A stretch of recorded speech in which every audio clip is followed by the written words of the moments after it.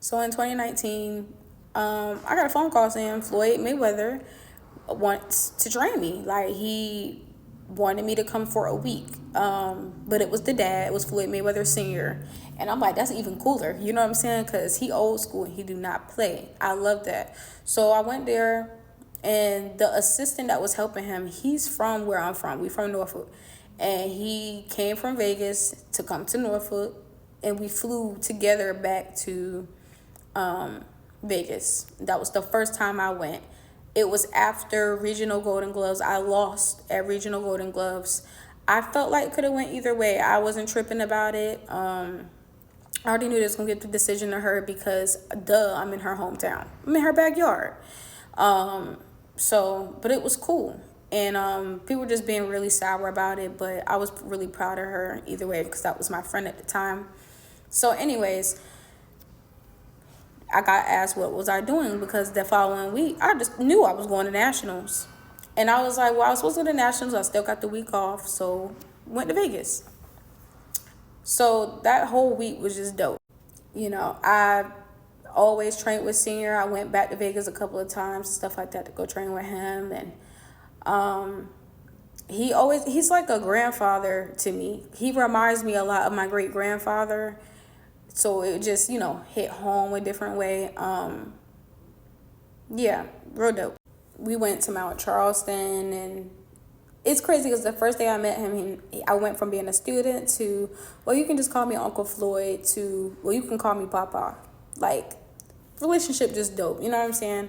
And so after that, I would be training around world champs, like great professional athletes. Austin Trout, one of them, he do bare knuckle now. We would run Mount Charleston. He could run 6 miles in like 50 something minutes. Boy, I was just struggling with the 3 miles because I ain't never ran in that climate before. But like, I always thought that was dope. So, the first week was cool. And the last time I went, his assistant, he has a bad reputation here back at home. I mean, a real bad reputation from what he did back in the day. And he confessed. He admitted to me what he did back in the day. But I said, as long as it's still not relevant, then I'm cool. I don't care what you did in your past. But if it's still relevant, then that's a problem. He said it won't. I'm going to trust you the first time. I'm going to give you a chance. So, like I said, the last time I went, I had came back for just 2 weeks because Senior was like, he was stressing that he wanted me to come at least 2 weeks to, help me for Olympic trial qualifiers. So I went. This man, I get to the airport. This man nowhere to be found, his assistant. I'm like, what is going on? So I got there at 9. It's pushing midnight. I'm like, where is he, bro? So I called one of his girlfriends. Yes, one of his girlfriends. She was like, he not there? I said, no. She was like, oh, yeah, he didn't tell you? He's still in Norfolk. I said, why? If I told him, I'm a communicator. So I'm telling you, hey, I'll be there in a month. Hey, I'll be there in 2 weeks. Hey, I'm here. Like, I'm communicating and you're not texting me back. That's weird. So she came, picked me up, took me to Senior house because, Senior got a couple of properties. So I stayed at one of his homes. It's a day went from a day to a couple of days to a week. He's not there. So I'm at the house by myself. And then I start seeing strangers pop up. It was just a lot of drama. It was so weird with that. So I'm like, okay, I don't have nobody to take me to the gym. So the first couple of days I said, you know what, whatever. So I'm running around the neighborhood.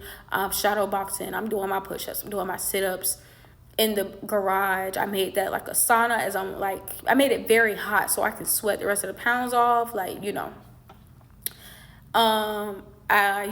used the car that Senior let me use because it's his car. This man gonna sit there and tell one of his girlfriends to take the keys from me. I said, why? I ain't do nothing to the car. I've literally just been going to the gym and back. What is your problem? This is not even your car. Like, what are you doing? I put gas in there. Like, I was giving money to put gas in there and everything. So why are you tripping? So that happened. I said, you know what? This is not going to stop me from training. Really didn't have any food in the house. Why? Because I had enough food for that week, but it was just like I was eating very little. So I was like, all right, bro, it's going to be okay. I'm trying to stay positive. So then I met Coach Sophia. So then, and I'm covering up this person because they're no longer relevant in our life, but I met Coach Sophia and her son, Dennis. And she helped me so much. I told her what was going on. She was like, yeah, we don't got time for that. So she helped me and like fed me like meal preps and everything. Like made sure I got my conditioning, made sure I got my sparring in. Like I really appreciate her for that at that time. So his assistant comes back the next week, literally the last week of me being in Vegas. Don't say nothing to me. Don't apologize. Don't explain himself. Literally nothing. I'm like, bro, what the? Okay. I said, it's whatever. So I'm still training with Coach Sophia. Like, all right, I'm outside. I'm ready. We still training. It was like a Tuesday or a Wednesday. And he was like, all right. I came in after practice. He was like, all right, I've been letting you do what you've been wanting to do. I said, excuse me? I said, bro, stop playing with me. I said, because you haven't even been here. You've been ignoring my calls. You're sitting there posting pictures on Facebook, on your boat, on your yacht and whatnot. Like, you sitting there trying to throw, how you gonna come back trying to get me to sign a fake TMT contract, a fake Mayweather Promotions contract, bro? You're trying to get me to sign, like, bro, that is weird. And I knew it was fake because I have friends that are signed with Mayweather. And I'm like, bro, let me see your contract. You know, I hit up one of my bros. I was like, let me see your contract. I said, like, just the front. I don't care about anything else. This man showed me, first of all, it's not even like the same type of white that the contract was. And he was like, when you sign, he was like, I know my experience. When you sign, you're actually signing with Mayweather. He gave me a stack of money. Like, bro, like, there's a certain, like, I was like, bet. So my mom was like, don't sign that contract. And she had been told me that, you know, a mother knows. So I said, I'm not here for that. I said, if I'm being signed by someone, like, Senior got to be present for that. If I decide to sign with TMT, Senior has to be present for that, because that's the only person that I trust at this point and that I can trust. This man cursing me out, calling me names and stuff like that. So I start getting hyped, because what you're not going to do is play in my face. You were trying to con artist me. You already have a bad reputation of doing that. You're a narcissist. You're not about to, like, no, I'm not your hoe. I'm not your cash cow. So it got really ugly from there, and I never told Senior. So when when me and Senior did catch up, he was like, you know, where you been? I thought you was going to be here. I said, I was, but I said, I don't want to talk about it because it's going to upset you. Because if I just be like, oh, nothing, Senior, like, no, you need to, you know, but I was like, it's going to upset you. I don't want to cause any drama. He saw my eyes were puffy. And he was worried. He was just looking at me like, okay. And just gave me a hug, and we just got to work. It sucked because it was literally like the last 3 days that I was there that I only could train with Senior. So that was crazy.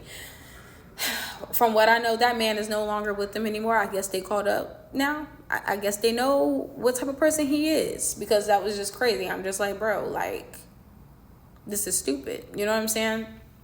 So that happened. Now, this next part I'm about to speak on is a lot. 2020 was crazy, as far as not even just COVID, but, you know, stuff that I went through with Clarissa Shields. Before I speak on it, I don't have no problem with her. I thank God for healing. But what she did was wrong. I'm not seeking no revenge. Like I said, I'm going to tell my story. Y'all like to silence people that do stuff like this, and y'all are weird. Just straight up weird. It's a bit much, but, you know, I'm going to say it how I'm supposed to say it.